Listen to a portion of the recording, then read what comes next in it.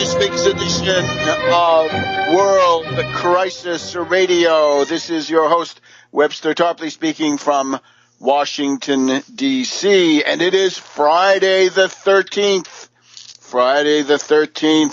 of February 2015. But we're going to proceed anyway, since superstition goes with relativism, subjectivism, and those other aspects of late imperialist thinking, which we here emphatically do not share. Now, we have two big events this week. We hope to have a number of guests, and if all goes well, they will be materializing as the show goes on.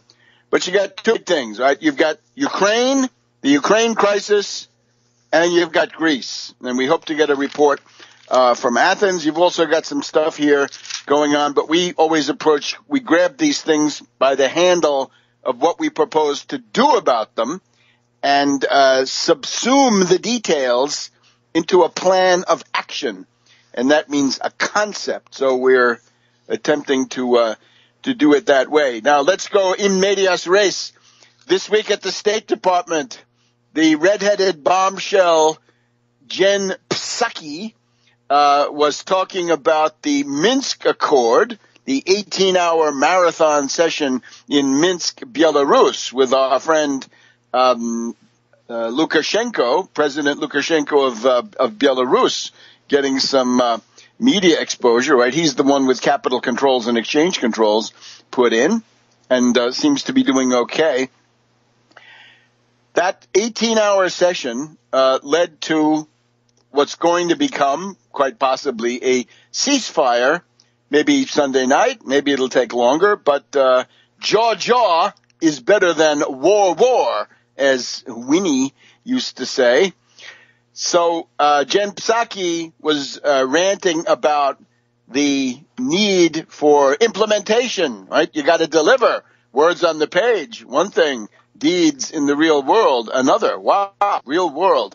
She conceded the existence of the real world. Anyway, this guy Matt Lee, who is not exactly reliable, but from time to time comes up with some useful objections. This redhead was going on about, those Russians, those rebels, they better deliver. They better observe what they signed. And the AP Foreign Affairs reporter Matt Lee then asked him, well, what about the Ukrainians, right? What about them? Shouldn't they also be punished? Shouldn't there be sanctions or something, some kind of retaliation against them if they violate the accord? And she's indignant, and she says, well, that's absurd, because everybody knows that Ukraine, Kiev, has scrupulously observed the preconditions of the earlier September 2014 Minsk Accord. Well, Miss Psaki, don't look now, but we now have Dmytro Yarosh, the head of the right sector, the biggest Nazi of the bunch, a Nazi fascist from Kiev, actually from Lviv. And this Yarosh is now saying in public with statements that he will not respect the Minsk Accord. What does the State Department say to this? Try to get the Twitter brigades going on this. Hey, Jen, you said that it was metaphysically impossible for anybody on the Kiev side, the Poroshenko side, to violate the Minsk Accords. But it looks like Yarosh is saying and doing exactly that. And it's words on a page and his gunmen. And this is already it's a semi-official kind of statement, because you'll remember the way the Ukrainian Soldateska operates is the so-called Ukrainian regular army, who are time servers and garrison troops, whatever they are. They stay outside of these towns, and they use tanks and artillery pieces and these Stalin organs, right? These rocket launchers. They shoot up the town, but the ones who go in are the fascist fanatics. Those are the right sector and these fascist groups, the Donbass Battalion, the Dnipro Battalion, the Azov Battalion. They go in. This, by the way, is exactly the way an SS Einsatzgruppe operated in World War II. You'd have the SS, they'd do the shooting from afar, right, bombard the place. The ones who went in and actually did the killing, got real blood on their hands, were the Hilfswillige, the people who were volunteering to help, willing to help. Hiwis, the Hiwis or Hilfswillige went in. So the Hilfswillige in this case are the right sector. They are SS tools in this case of this fascist or neo-Nazi clique in Kiev. So get on the case of Jen Psaki. She, of course, is hated and notorious around the world. Now, Merkel and Hollande, after a long time where they were essentially supinely accepting the dictates of the State Department about sanctions and all the rest, right? U.S. having really no interest to sacrifice. Therefore, the U.S. eager to fight to the last European when it comes to economic. Merkel and Hollande, I think they could see that if they didn't do something that they could put there as a simulacrum of a modus vivendi, that is to say some kind of a deal that would allow the situation to go forward, that the pressure on Obama to arm the fascist forces would become overwhelming. So they decided that this had to work. They had to come up with something. And Putin was willing to join in. Poroshenko, obviously, at different times, at 7 o'clock in the morning European time, Poroshenko came out and said, oh, this is awful. The Russians are oppressing us, right? We can't do this. This is no good. Just a couple of things to consider. If the U.S.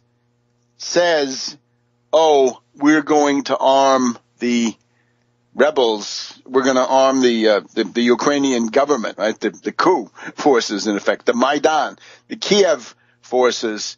What's going to happen there is very likely.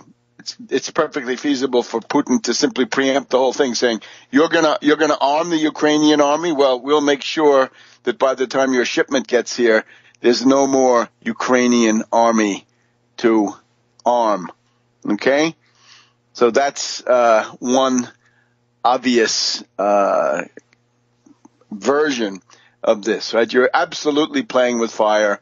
It is an act of war, and we have this interesting article from a number of think tanks in Moscow saying, in effect, that this will be considered an act of war, and there will be asymmetrical responses. What might an asymmetrical response be? One of them seems to say, well, Russia could join in with Iran and Syria and launch those forces in a proxy attack on Saudi Arabia. Why not? And let the U.S. deal with that, right? That would obviously upset the financial as well as economic apple cart. We also want to note the presence of the French philodoxer Bernard-Henri Lévy, BHL, this warmonger. Remember, he was the one who blew hot air into Sarkozy's ear in March of 2011, saying, Sarkozy, time for France to take the lead in bombing Libya, leading, of course, to the current chaos. So this guy is a human rights figure. He is a philodoxer. Look that one up. Not a philosopher. Doesn't love wisdom, but is in love with opinion. An opinion in the Platonic scale is the lowest form of human mental activity. Understanding is better, reason still better. And now we'll get the second segment, what to do about this. It's time to end the economic sanctions. Back in a minute.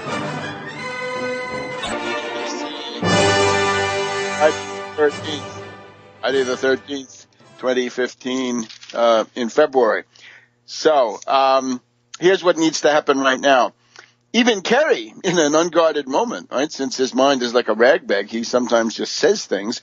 Time to end the sanctions. Now that this deal is in place, whatever this is, let's not wait around for it to get into difficulty. Let's build on it. Time to end the sanctions. Hey, Hollande, remember 2 days before Charlie Hebdo, Hollande was saying the sanctions against Russia have to end. Well, now that Putin has come forward with this constructive attitude, time for those sanctions to end. It goes without saying, no weapons for the Ukrainian fascists, not one bullet, not one bolt, not one can of oil, nothing. They get nothing, and no GIs.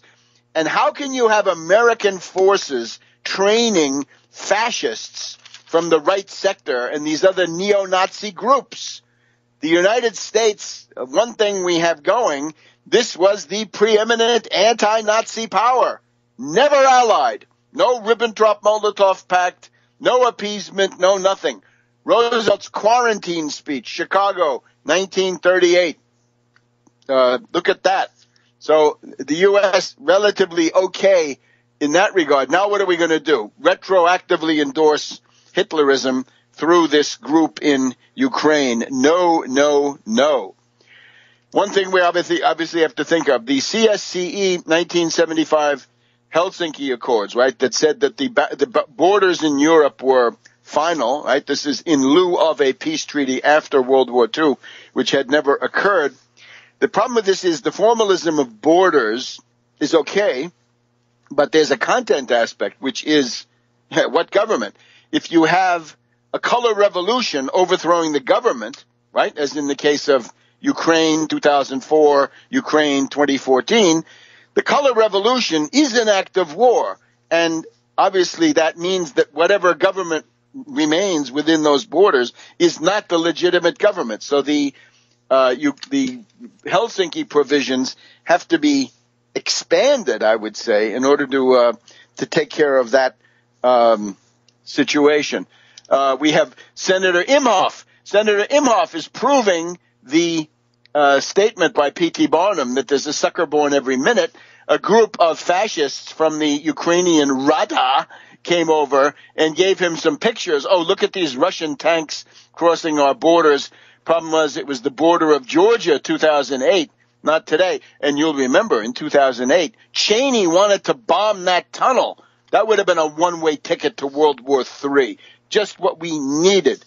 Robert Parry has, better late than never, has discovered that the Donbass, Dnieper, and Azov battalion have Nazi insignia, swastikas, Wolfsangel, and the rest. And he correctly and usefully takes to task Rick Lyman,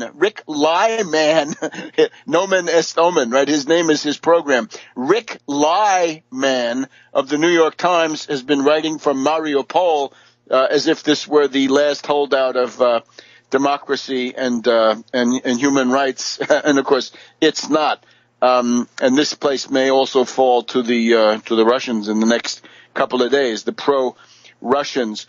Croatia had said that Croatian citizens were indeed part of this Condor Legion, foreign legion, fighting for Kiev in the Azov battalion, but this Tusk, the Tusker, the elephant in the room, Tusk, the former Polish politician, he denies it, right? And he's now the president of the European Union Commission.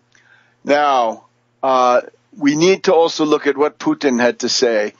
Putin, this is the famous remarks. This was not the best night of my life, but the morning is good. We were able to resolve the main issues. Why did it take so long? Because the Kiev fascists, who are they're based on fascist gangs, they all of a sudden won't talk to the representatives of Donetsk and Lugansk. So that had to be done with the four heads of state and government in one room, and then the OSCE contact group in another room, and functionaries shuttling back and forth, as everybody says something. So every time somebody makes a statement, it's got to be translated and taken into the next room. So ceasefire to begin at midnight on February 15th. That means then and not before.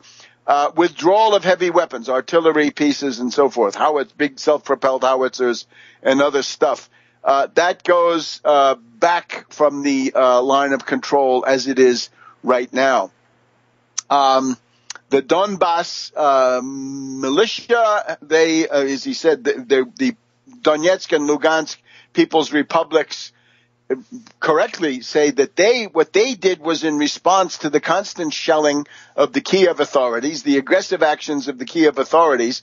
But now the Donetsk and Lugansk were able to mount an offensive and encircle a group of 6,000 to 8,000 Ukrainian forces. And the demand from the Donetsk and Lugansk people is that those encircled have to lay down their arms and go home. But of course, the danger is that other fascist forces outside the pocket will try to break the encirclement, and then the fighting will go on. And that's got to be blamed on the Kiev side. So if the troops are really surrounded, then they will try to break free, while those who are on the outside will try to arrange for a corridor for their trapped servicemen. So this issue was dodged. So, what do we get out of this in general? The solutions to these situations have got to be imposed by a concert of the great powers. It would be much better if the U.S., Russia, France, Germany, and some others, the more the merrier, could join in imposing a solution. We're hearing about, the Ukrainians have a right to self-determination. The Ukrainians have this and that. The Ukrainians do not have a right to threaten the peace of the world with their little issues, especially when they're largely fascistic.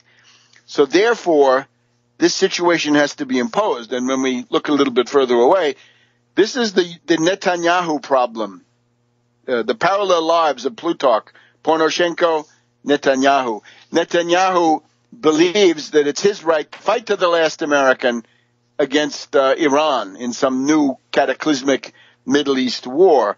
This must not be allowed. The general outlines of the solution for the Middle East are known, and the general outlines for Ukraine are known. In the case of Ukraine, it is Finlandization or Austrianization, that is permanent neutrality, actions to discourage Russophobic hate propaganda on the internal front, the non-tolerant Russophobic, and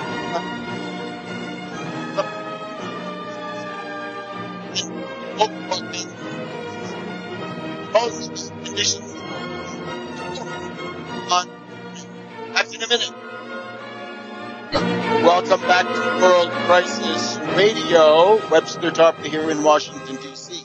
Now, we want to go quickly to Athens to get the essential weekly update on what's going on with Syriza. Right, this week we had the European finance ministers meeting, the Eurogroup, with Varoufakis representing Greece, and we've also had the meeting of the heads of state, heads of government, this time with Alexis Tsipras being there. We've had Juncker and Moscovici shooting off their mouths.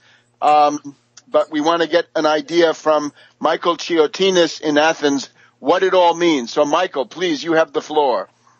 Hello, Webster. Well, for being with us again. Thank you very much. The previous government in Greece actually tried to implement scorched earth policy. They tried to set a time limit for the new government to set a blackmail, and took an extension of the current program by 2 months. And as Tsipras said, when he went on his tour of talking with other leaders, they told him that they offered the previous government a 6 months extension, but Samaras, the previous prime minister, insisted on 2 months. That was Samaras trying to implement the kind of scenario that I was talking about last week or the one before, about having Syriza fail in the negotiations and bringing back the old government by a sort of scorched earth policy. Now, what Varoufakis is aiming at right now is a bridge settlement. Many people right now are trying to tell us that Syriza is trying to sell us over, and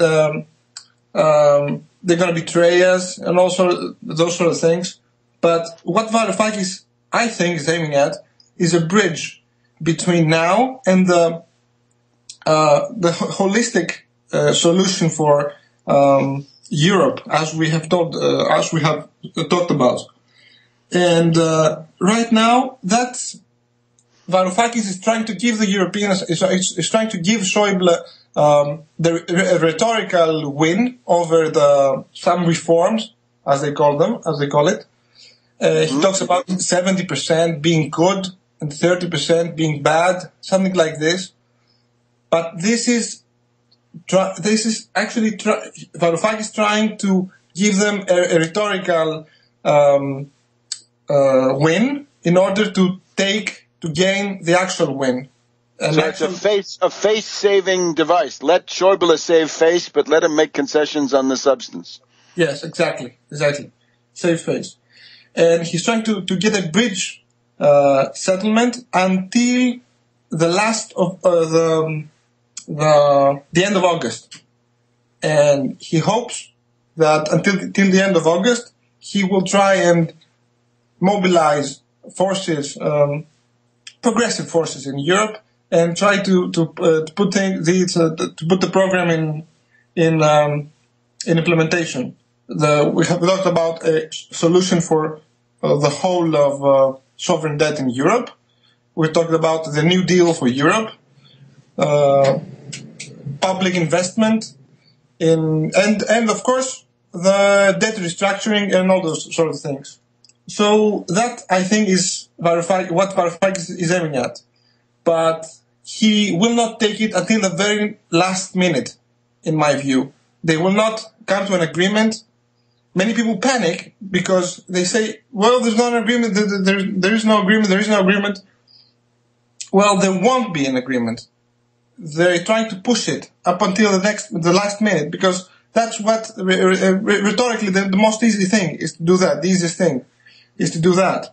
So I don't think if we're going to get an agreement on Monday, on the Eurogroup on Monday, I think they will get an agreement. They will have an agreement, but it's not 100% certain. But they will get an agreement at the very last moment, at which they can sell it to their own parliaments and avoid the default of Greece. Because you might say, why do you fear a default? Why do you fear a debt moratorium? Well, we don't fear a debt moratorium, but it's a lot easier, it's a lot less messy if we do it that way, because the way the debt has been legally structured by the previous governments is very, very difficult to put in order. And the current government doesn't want to go into these legal battles and all those sort of things with the British law. The debt is under British law and all these kind of things. Oh my God. Yes.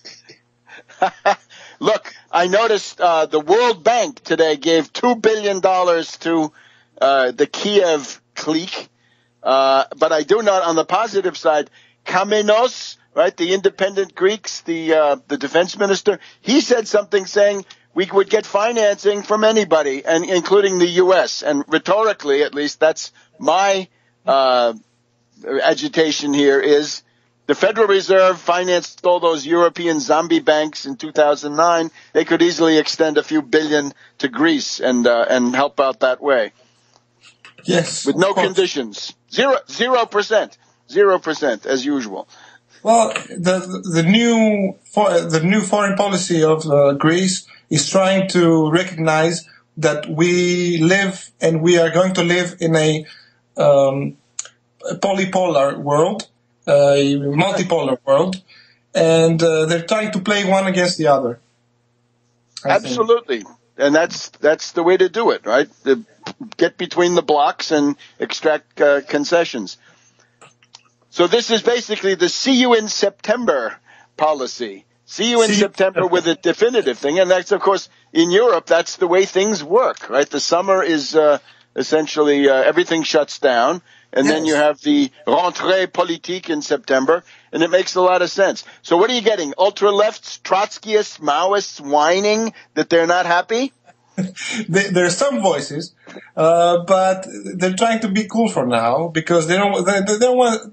They need to see first what the deal will be on Monday, or whenever it's going to be. But I think they will hold themselves until summer. And the Eurogroup, once again, is the finance ministers of the European Union, right? Or of the Euro, actually, the Euroland. The Eurozone. Right, Eurozone. Yes. The ones have the finance minister of the Eurozone. We saw another demonstration this week with a big sign calling on Merkel to think about all the terrible things that she had done or Germany had done. Many cities in Greece and many demonstrations all over the world, I might add, supporting the Greek government in the negotiations. Right.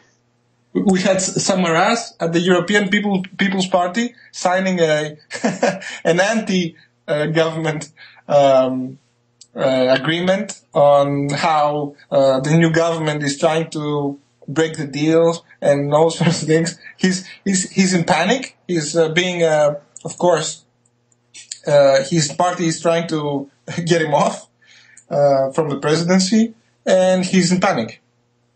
But Merkel will back off.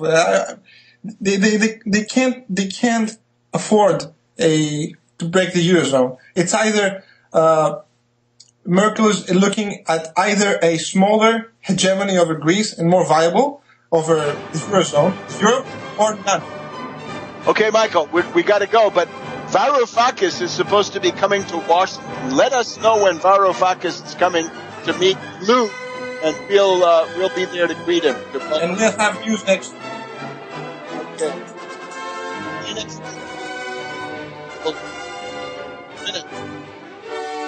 Welcome back to World Crisis Radio. Webster Tarpley in Washington, D.C. Now we have a treat, honor, and something very interesting. Friends of this broadcast will remember Pilar Baselga, Baselga, in Madrid, Spain.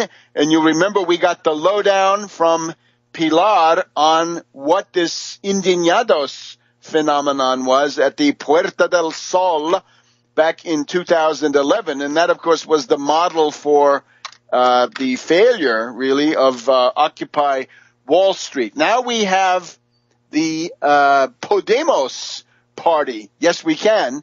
And the news hook on this is that Pablo Iglesias of Podemos is going to be hosted by Amy Goodman, right, funded by the Ford Foundation, of Democracy Now!, Hope is Changing Sides, Understanding Spain's Political Change. This will be in New York City at the Proshansky Auditorium, City of University of New York, CUNY Graduate Center, 365 Fifth Avenue, Tuesday, February 17th, next Tuesday, 1 to 3 p.m. And there will be an informational picket line of the Tax Wall Street Party to tell you a little bit more about Pablo Iglesias. And part of it's going to be what Pilar is going to tell us right now.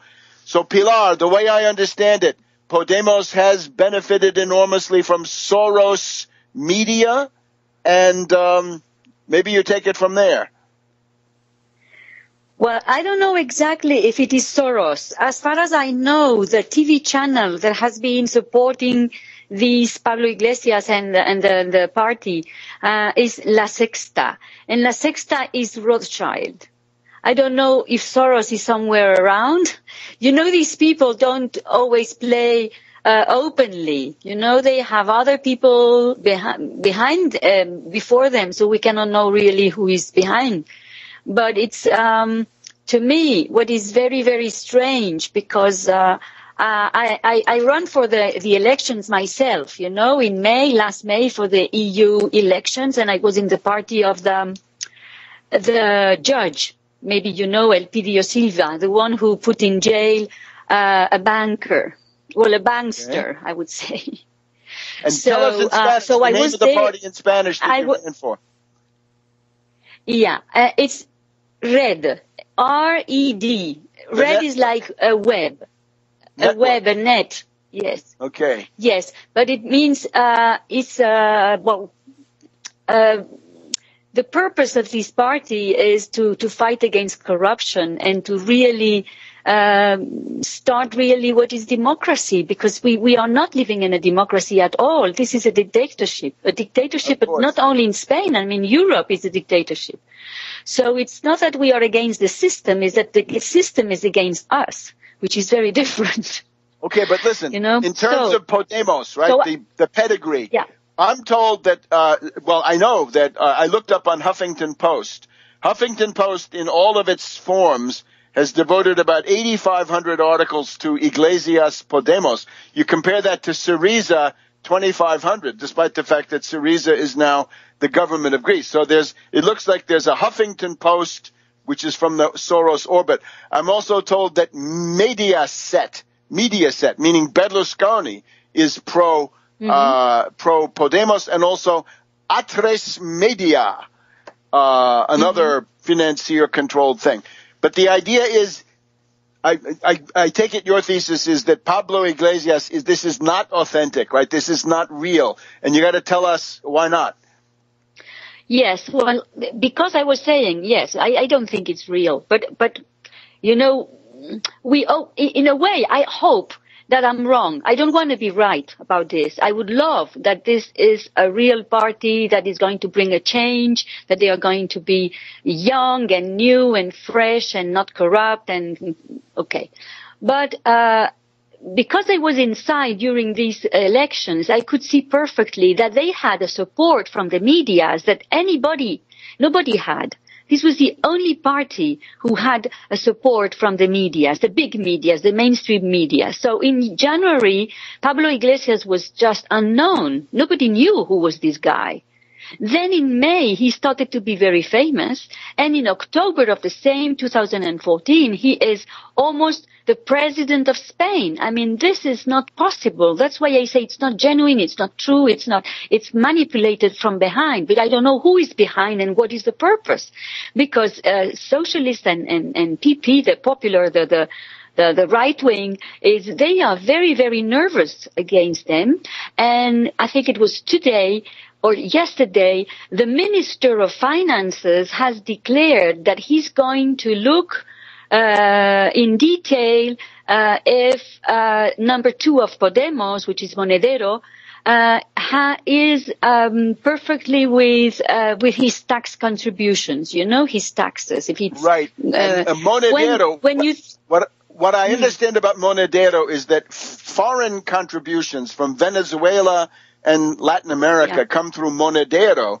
I'm also told that there are people, the Hugo Chavez people in Venezuela say that Monedero has betrayed them, took their money, and then turned against them in public. Is that correct? Well, I don't follow exactly what is the relationship between Monedero and Venezuela, if he has betrayed them. But I know that he was there because before Podemos existed, Monedero was already, in a way, preaching in favor of Chavez. There are lots of YouTube's videos where you could see him speaking beautifully and saying that it's the future and blah, blah, blah. So I don't know what he did afterwards, but it's evident that these people gave him a lot of money. First they said 400,000 euros. Now they said 700,000 euros. And well, okay. So imagine, but in my opinion, there is no crime in it. I mean, it's not illegal to work for a country. No, it's not a crime, but the betrayal that, according to various things that I've seen, the Chavez loyalists in Venezuela are saying, Monedero, you took our money and then you stabbed us in the back by attacking us in public. Let me ask you another one. One of my sources is telling me that the goal of Podemos, this operation, let's call it the Iglesias, because maybe they could get rid of him. But the idea being Podemos is the key to breaking up Spain. There's the secession movement of Catalonia, Barcelona and so forth, and this will not work under existing governments. But if the government becomes Iglesias, then there's going to be a tendency for the Spanish state to fall apart. How about that? Oh, of course. Of course. Of course, this is can be one of the goals. But Spain really is at the edge of a catastrophe. I just cannot believe how bad everything is done by everybody. I mean, the socialist leader of you read about that maybe the other day, 2 days ago. He has fired the candidate for Madrid, for the next elections for Madrid. Okay? So he has completely broken in two parts the Socialist Party. And so who benefits? Of course, the right wing and Podemos, because the socialists are now in a civil war inside. They are divided. So somebody is trying to divide everybody, to divide the Spaniards, to divide the parties themselves. I mean, it's very sad. And then let me ask you another one. I've been listening to your No Morir Idiota, your very interesting broadcast there in Spanish on your blog, right? No morir idiota. Don't die as an idiot, right? Don't die as a fool. Get smarter. And it's very good. Along with your two friends there. Hang on. I'm going to come back in just a second, but I want to ask you about this idea of Felipe Gonzalez in the late Franco era, and now this Iglesias as the next controlled politician to be foisted off on the people of Spain. Back in a minute on World Crisis Radio. Welcome back to this edition of World Crisis Radio. And as we said, we are honored to have with us Pilar Baselga of Madrid, Baselga. This is where you can get the truth, or a refreshingly different take on things like the Indignados, who turn out to be not what you thought. And then again, Pablo Iglesias. Now, we ought to separate Podemos. Podemos is a real thing. There are real mass forces in motion. But this leader that's been foisted on them, Pablo Iglesias, right? Maybe if they could get a better leader, the whole thing would become more authentic. Pilar, I lived in Rome in the 1970s, and I used to go and cover the congresses of the Italian Socialist Party. And in the corridors, I would always run into this Spanish guy, and later on I said, my God, that's Felipe Gonzalez. He became the Prime Minister of Spain. And I know in your No Morir Idiota group, you put out the idea that the Spanish oligarchy, they prepare leaders in advance. So by the time we get into the early 1970s, it's clear that the dictator, Francisco Franco, is not going to be around forever. He's going to be gone. Franquismo is going to be gone. And then they have Felipe Gonzalez of the Socialists ready to go. Now, the idea that we hear is that the Socialist Party, right, PSOE, and the right-wing party, the PPP of Rajoy, they're going to be gone. And who's going to represent the oligarchical and banking interests of Santander and Bilbao and all this? And is that the story with Pablo Iglesias? Well, who knows? Who knows? I really don't know. Felipe Gonzalez, he was backed by Willy Brandt. They decided that Americans were going to back with the money the PP, and Germans with Willy Brandt were going to back with money the Socialist Party. But it's like two faces of the same coin. They all work for the oligarchy of the bank. So it's still the same. So I don't know really what is going to happen, because as you say, you have several things. You have the leaders, and then you have the mass that is behind. So who knows what can happen? When you were saying that Monedero had betrayed Venezuela, what I think is that Monedero realized that if he wants to win, he has to completely interrupt, finish, no more Venezuela relationship. Otherwise, he will not do it. So as they really want the power, who knows if they are going to do to change the agenda of their masters? Who knows? Maybe this could be also possible. I don't know if you found. I wrote another article where I say the future of Spain is in the circles. The circles is the name given to the little groups of Podemos all over the country. You know, the locals, the local organizations, the local chapters. That's right. Of Podemos. Yeah, those are it's real. Called circulars. These are real, and these people are very, very angry about against all the normal parties, even the Communist Party, the Izquierda Unida, no, the Left United, like the current Communist Party, which is not called Communist anymore. It's Izquierda Unida, IU. So everybody's very disappointed. Sorry? The post-Carrillo communists. That's right, exactly. You know very well. So these people are very angry and they really want to change things. So I think it's not going to be easy to stop the people. But who knows? I mean, because the mass, you know, the mass can be very easy to manipulate. I saw that on the Occupy movement. It was unbelievable how they were manipulated and nobody could see it. And I said, but look, this guy with his suit, he's coming with his big car, Audi car, he's coming here every evening to direct you. And you had the people, young people with, you know, looking very like hippies and you had the leader of these groups in the square. They were dressed in suits with beautiful cars. So it was very, very surprising that people, when they don't want to see, you know, they don't see. So I hope people will see and will take the opportunity they are having to really do another politics. Let me ask you, Pilar, I listened to the speech by Pablo Iglesias at the Puerta del Sol a week ago Sunday. Yeah.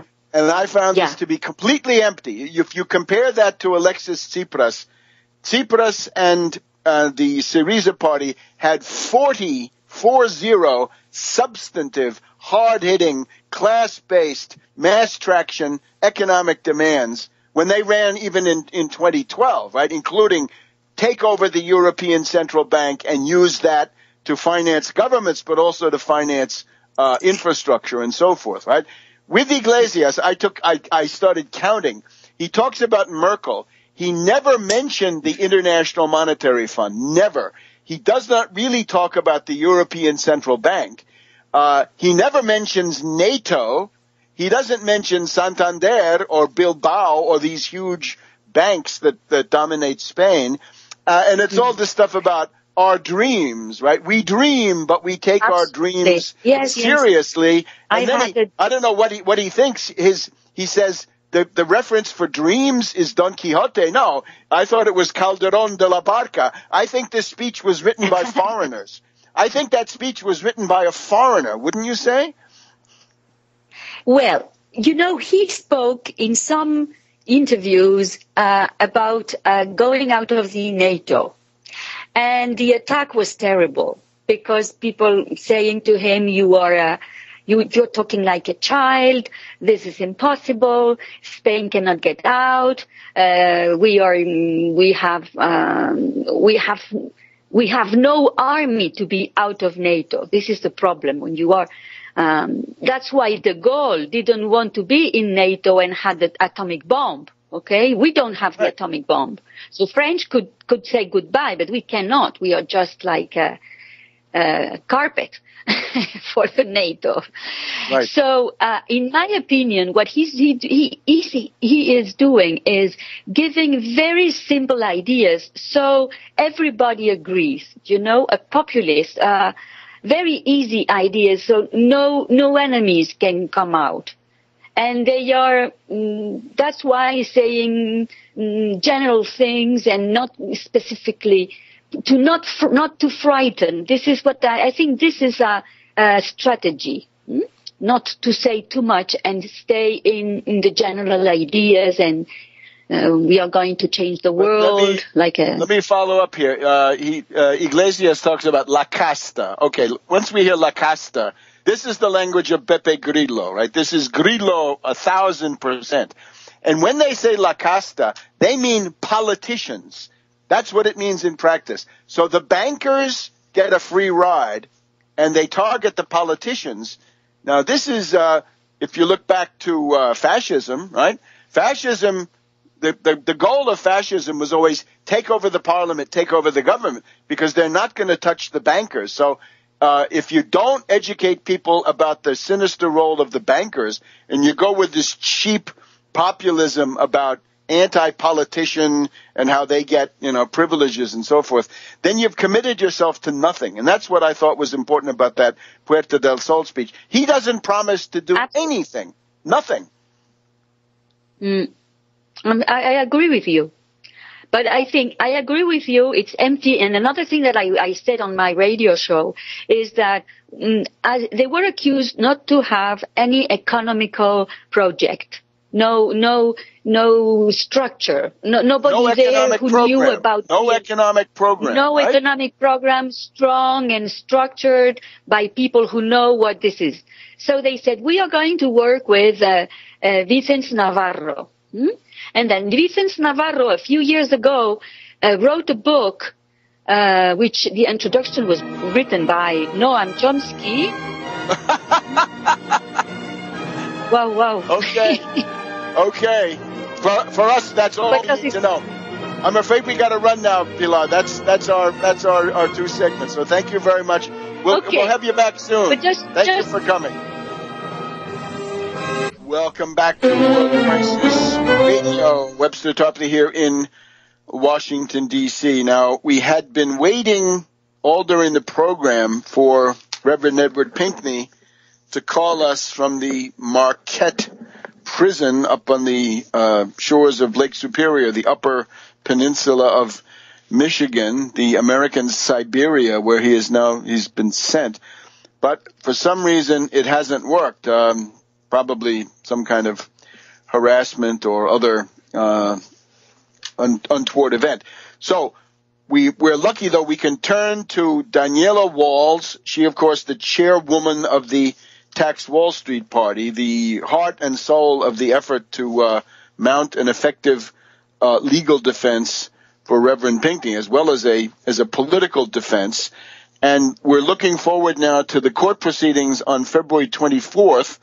And Daniela has actually got some interesting details to report about this network of people in the Berrien County, Three Oaks, and the Benton Harbor area that have done so much detrimental to the community and detrimental to Reverend Pinkney. So, Daniela, welcome. And you have some news for us. Please go ahead. Yeah, I have a lot to get through, a lot of news. It is harassment what they're doing to Reverend Pinkney there with the phone. And I know he wanted to get through, so I'm very sorry about that. Some of the stuff our investigative team at the Tax Wall Street Party have put together this week is new to Pinkney's original legal team. This is what is new at the moment, this whole angle of the Featherbone Restaurant and Three Oaks. Let's start there. The owner of the Featherbone Restaurant, I said, is Denny Gross, Grosse, who is Sharon Tyler's boyfriend. We are in the process of investigating. Tyler being the county executive. Clerk. The county clerk, sorry. The county clerk. Who was a member of the prosecution, who is now the head of the Republican Party in Berrien County. Okay? So we are in the process of investigating. So she has a boyfriend, Denny Gross, and he's in local government. I'll give you the details of how, but this is not a casual relationship. This is almost a celebrity relationship in this area. There's many news articles of Sharon Tyler and Denny Gross vacation here. They're local celebrities. Okay, so this is a well-known relationship. So we're in the process, and he owns a restaurant, which is the most frequented haunt in Three Oaks. It's the Featherbone Steakhouse. Everybody goes there. Everybody knows about it. And he owns that. So we're in the process of investigating which members of the Freeling family work at the Featherbone and have worked at the Featherbone. We have a list of Freelings that Denny Gross has employed. The connection we've been trying to make has obviously been between Gail Freeling and her saying she doesn't know who Sharon Tyler is. So Sharon Tyler goes to the Featherbone so often that it is said, quote, she holds her office hours there. Denny Gross, the owner of the restaurant, is the former village president of Three Oaks, where Gail is currently the treasurer. They did not overlap, Denny and Gail. The current village president, however, is Denny Gross's cousin, Dave Gross, and we have a lot of pictures of Gail and Dave together. We even have them on stage making a speech together. So we're going to have to subpoena some of these people. And we're going through the process. We have a long list of who we're going to subpoena, one of them being Denny Gross. Denny Gross is currently on the Urban Planning and Development Board, and Gail is also currently on the Parks and Recreation Board in the same town. So they overlap there, the two of them. So they overlap currently these committees, on these committees, so they're both a part of the Three Oaks city government, and especially when it comes to development projects. And there's a picture becoming clear that this is a cabal of people in the Harbor Shores project that Reverend Pinckney was protesting, and they're all involved in this quote unquote urban redevelopment. But what's really going on here is what we've said, the land grab and ethnic cleansing. I've talked about this whole thing on my radio show of public-private partnership, and basically your radio show, of course, the United Front Radio. Yeah, thank you. And people should go and listen to these. They're extremely good. Do take some time and listen.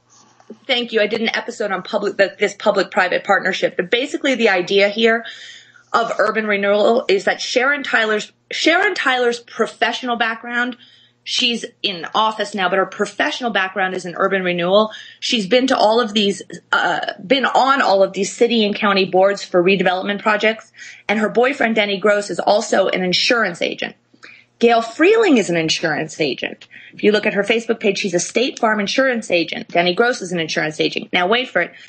Gail is not an insurance agent in her hometown of Three Oaks, but 45 minutes away in Benton Harbor. The big project there in Benton Harbor is the Harbor Shores project. So we are now investigating what insurance projects or what projects Gail might have been involved in with Harbor Shores. Basically, all of these people in Southwest Michigan who have been involved in the Get Pinckney for years, we're finding are now involved together in real estate development, insurance, and finance. And everybody who is part of the Get Pinckney operation, even including the previous judge who put Pinckney in jail for quoting the Bible, that Judge Butzbaugh, if you remember, they're all involved in financing and insurance and development of Harbor Shores. Judge Butzbaugh was a real estate agent for Harbor Shores. He was the guy who got commissioned for selling those condos in the development. And so Butzbaugh is a typical example. Pinckney was also going after Mayor Hightower. Hightower is an investor in the Cornerstone Alliance.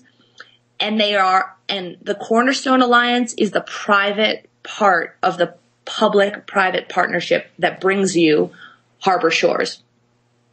And Harbor Shores, so people know, they can look it up online. Just go to Harbor Shores, Benton Harbor, Michigan.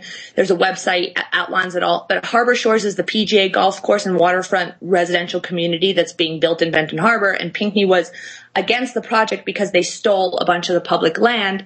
That was the big outcome of putting in the emergency manager, was that they stole public land and gave it to the developers of Harbor Shores. What we think this Get Pinckney operation, when I say we, I mean the research that's coming from Jeffrey Jackson also and Kyle McCarthy. They've been working around the clock on this. So what we think this Get Pinckney operation is now, not just simply a bunch of people who are friends or people who are motivated by racism, but of course that plays a big part of it. But what we see this as now, as the pieces come together, this is a financial conspiracy of local, well-connected individuals who are, Hang on. We have another segment. We're going to get you back in a couple of seconds, okay. Daniela. Hang on. Back on World Crisis Radio. Welcome back to World Crisis Radio. Webster Tarpley here in Washington, D.C. We're on the line with Daniela Walls, the chairwoman of the Tax Wall Street Party. Let me do what Pinckney would do if he had been able to be with us today. We were expecting him, but the call has not come. The defense of Pinckney depends on funding. And what I urge everyone to do is go to the relevant website. This is BH Banco. So BH as in Benton Harbor, and then BANCO. And that's the website where you will find a PayPal right at the top of the page on the right-hand side. Please go to that PayPal and make a generous contribution to the legal defense, in particular, of Reverend Pinckney. You can also send contributions to Reverend Pinckney, Pinkney, 1940 Union Street in Benton Harbor, Michigan. Benton Harbor, Michigan, 49022. And you find that address also on bhbanco.org. So this is the centerpiece of the legal defense, and Daniela Walls has been working on this and getting excellent results, as we're hearing. So, Daniela, you were telling us about this clique and how it all centers around the gentrification and indeed the privatization of a public park for people of modest means to go and be able to enjoy Lake Michigan, right? In the summertime, no. Now it's got to be reserved for oligarchs and predators. So please take us back to your analysis. This is the Get Pinckney clique. We call them that because remember, this is the same group that got up and said, "We got Pinckney." This is that same room of people, and it's very hard to do this on the radio because there's so many detailed elements. We're making right now flow charts and trying to make visuals. We're making 18 by 24 cards for the court date for the 24th, with showing how Gail is connected to all these individuals. So I'm doing my best. Sorry if it might get tedious, but this is the best way. No, it's highly interesting. This is okay. Real sociology is what you're hearing here. Okay, good. So we see this now as the pieces come together, that this is a financial conspiracy of local, well-connected individuals who are all trying to get their piece of the action with the gentrification of Benton Harbor. Benton Harbor had the nicer beach. That was the public one you were talking about. Most members on that jury knew what their job was, especially the lying juror, Gail Freeling. Reverend Pinckney was famous in the area for protesting this land grab. They all knew what they had to do to win favor with Whirlpool and the Uptons and the others, the big players in this. These are small areas, and these are famous individuals. So now we have to consider, as we investigate further, whether Gail had some kind of kickback arrangement as an insurance agent there in Benton Harbor, and what projects she had with the Harbor Shores development. What insurance contracts was she getting on the Harbor Shores project? We have to subpoena people and investigate more to get clearer on this. Maybe rival insurance agents, because these are individual franchises, these are individual operators. So we need to maybe go to another insurance agent in Benton Harbor and say, "Hey, why is Gail on your territory?" So that's what that's who we're trying to pull in now. The appearance is certainly here that these people are all colluding. Basically, this is a financial cabal, and Gail is a big part of it. Everybody who's connected to Whirlpool and local government is either involved in the Cornerstone Alliance, which is an investment fund, or they are piling onto Whirlpool's investment in Harbor Shores, or they are involved somehow in the financing, insurance, and real estate of Harbor Shores. Harbor Shores is being built on the wreckage of Benton Harbor. This is how it came about. They stole Benton Harbor's land park in the emergency management process and gave it over to this development. All of the profits are going to local political figures like Gail and Sharon Tyler and these types, and the people who actually live in Benton Harbor are being run out or jailed. So this is gentrification at its absolute worst, which in this case can be called ethnic cleansing.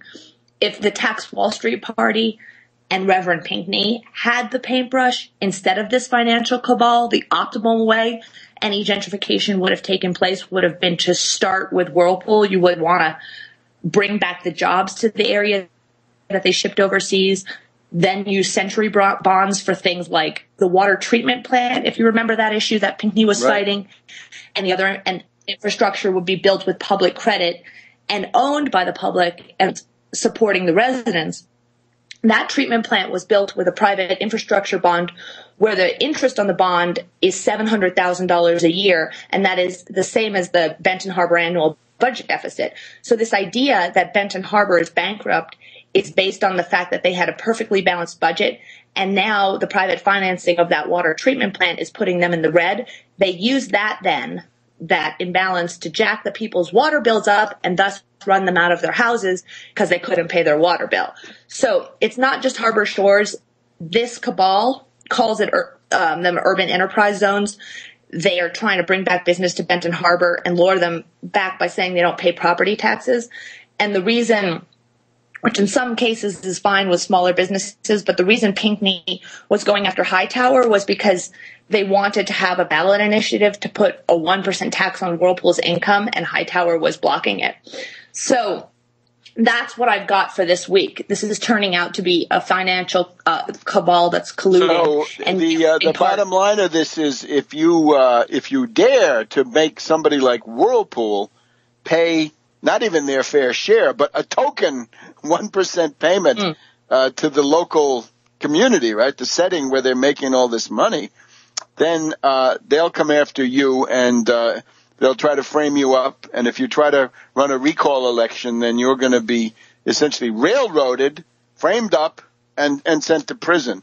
And that's the human rights issue, right? That's what the United Nations Human Rights Council is hearing about, the Organization for Security and Cooperation in Europe, of which the U.S. is emphatically a signatory, the Helsinki Accord of 1975, right? This has been used to browbeat Russia, but it's going to come home to roost here over the Pinckney case, and indeed the Organization of American States, all that brouhaha about human rights violations. Well, once again, the U.S., you can see the speck in the other guy's eye, but you can't see the beam in your own eye. So this is the hypocrisy of the human rights apparatus. So we're going to bring that to their attention too. And all sorts of governments, right? Any government in the world can and must call in the U.S. ambassador, say, what are your explanations for this outrage of framing people up, the black community being oppressed in particular, but it's a class-based thing too, in Benton Harbor, Michigan. Our Vienna local, where Laurent Colli is working hard on this document to get it to other foreign locals with party lawyer Jeffrey Jackson. And there's no rational reason in a rational world that Benton Harbor should be bankrupt. It didn't need to be considered a bankrupt. There were options. The membership of the Tax Wall Street Party and the United Front Against Austerity is now snowballing because Syriza put fighting austerity in the last few weeks on the scoreboard in a big way. And I was saying the other week that this slow process reform stuff and WIMP stuff has to go out of fashion, and people need to demand that we provide for the general welfare. Absolutely. So email the Tax Wall Party at Gmail and say, I want to join. Hundreds of members are coming. Okay. Thank you, Daniela. We'll see you next week. Bye-bye.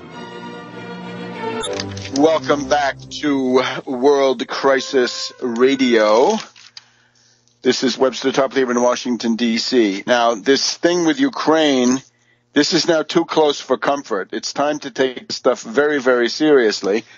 I see my friend Tony Gosling of Bristol, England, United Kingdom, is noting that this situation with Ukraine could easily incinerate the planet.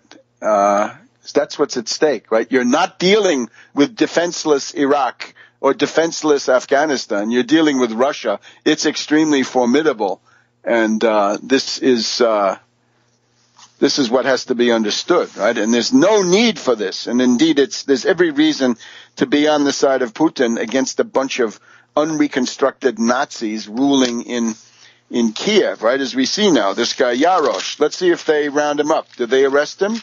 Probably not. So here's what I suggest. We have Professor Stephen Cohen, and in the battles of the last 6, 8, 10 months, or actually in the year since the coup d'etat known as Maidan, right, the coup d'etat against the legal, internationally recognized government of Yanukovych, bringing in the Yatsenyuk and company, and now Poroshenko. Cohen has stood out as the most reasonable of the scholars, people who can get on at least some television. He was, for example, on Larry King, now on RT, but also on John Batchelor, right, the sort of intellectual neocon that you can hear in many places between 10 o'clock and midnight or thereabouts, depending on where you are. You can look those up. Stephen G. Cohen, I think. You have a couple of other academics like this. Mearsheimer, right? People who remember Mearsheimer and Walt. I think Mearsheimer is at Chicago, Walt is at Harvard. I hope I have that right. Mearsheimer did an op-ed in the New York Times in the past week or two, where he also says, do not, repeat, not arm the Kiev fascist clique. So that's important. Now, what should happen? Cohen, when he made an appearance at the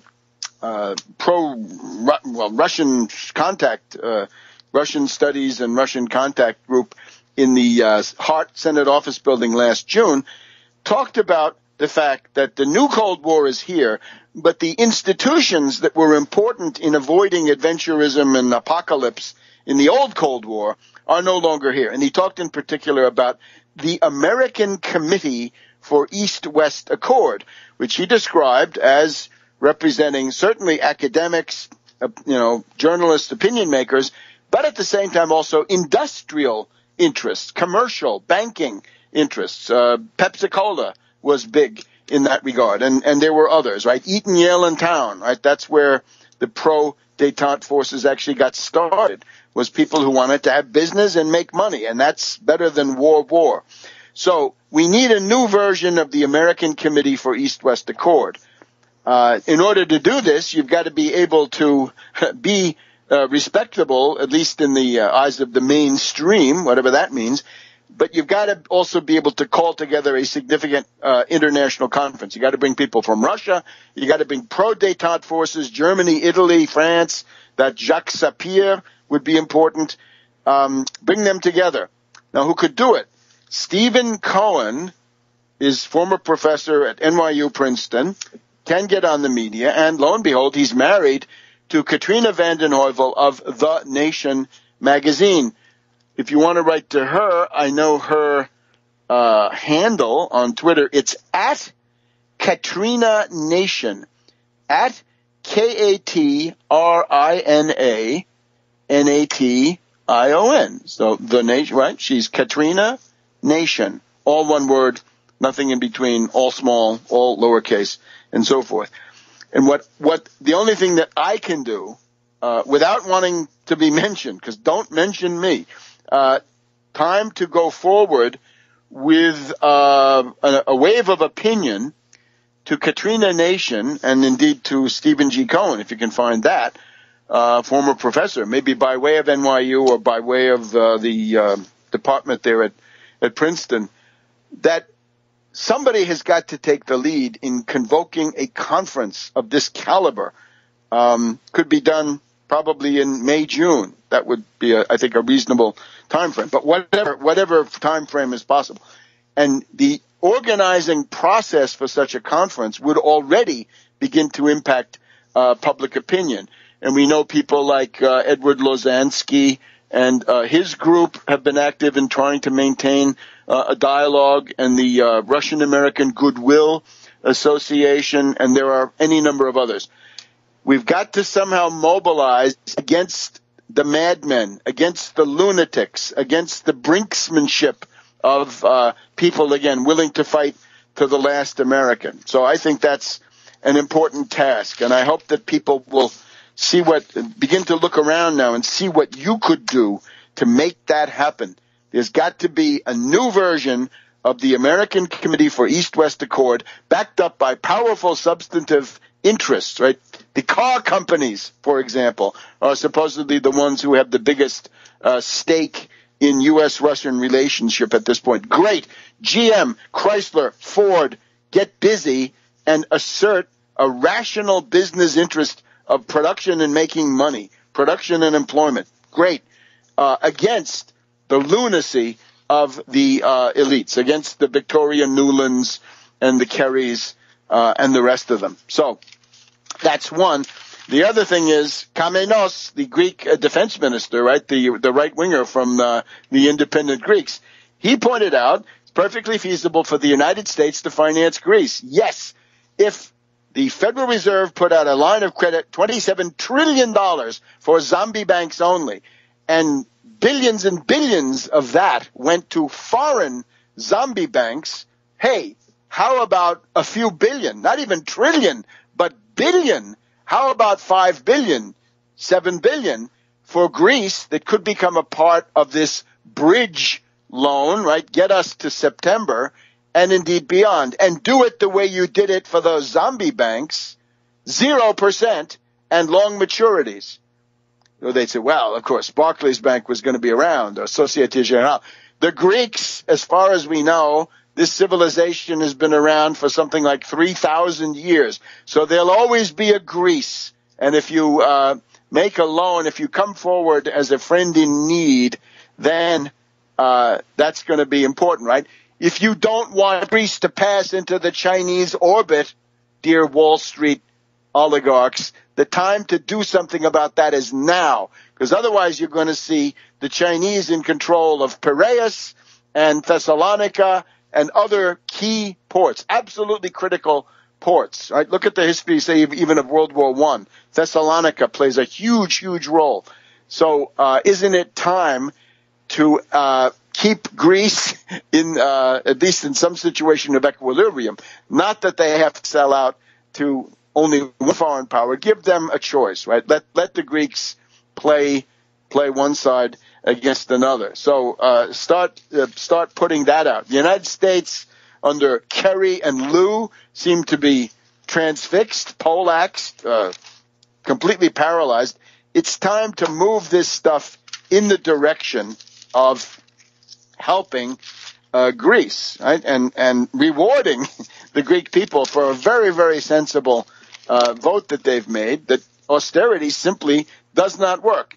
And remember, money from the Federal Reserve is not borrowed from China. It's not tax money. It's the money the Federal Reserve creates out of thin air, as they should, in order to keep production going. Factories and unemployed workers put them together. Greece needs, obviously, a whole new infrastructure. They need to become the world leader in some critical area of scientific or technological leadership. So those two things, the new American Committee for East-West Accord, and do something for Syriza. We'll see you next week on World Crisis Media.